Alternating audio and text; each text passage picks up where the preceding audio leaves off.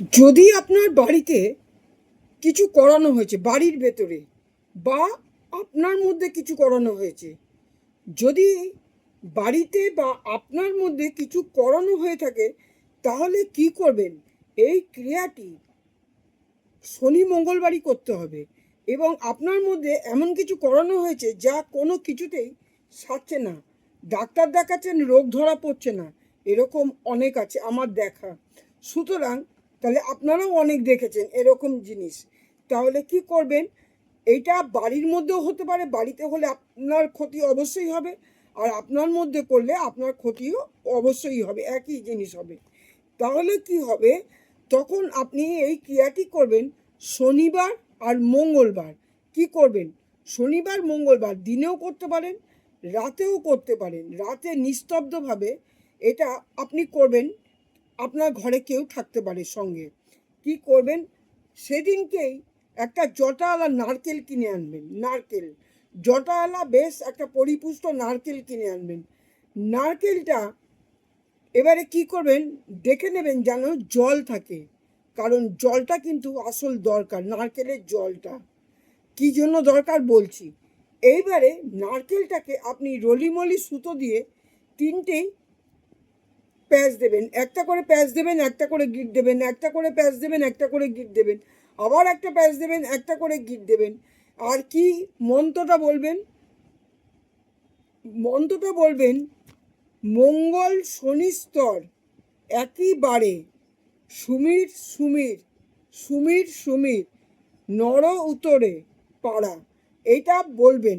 বলার পরে এই নারকলটা একজন উল্টো দিকে বা সোজা দিকে, যেদিকেই হোক, দুদিকে ঘোরাবেন, 7 বার ঘোরাবেন। আর এই মন্ত্রটাই এই মন্ত্রটাই এই মন্ত্রটাই বলবেন। কি মন্ত্রটা বলবেন বলে দিলাম, মঙ্গল শনিস্তর একইবারে, সুমির সুমির, নর উতরে পাড়া। এই এই মন্ত্রটা বলবেন। এবং এইটা বলার পরে আপনি বাড়ির ঘরের একটা লুকিয়ে এমন একটা জায়গায় রেখে দেবেন, যা ঘরের অন্য কোনো লোক আর না জানে, বাইরের লোক যেন না জানে। একজন মা হোক, কেউ হোক। এটা বাচ্চাদের করতে পারেন, বড়দের করতে পারেন, মানে যারা চাকরি বাকরি করছে, যারা দেখতে সুন্দর বাচ্চা, তাদেরকে করতে পারেন। এটা এমনিও করতে পারেন। করলে কি হবে?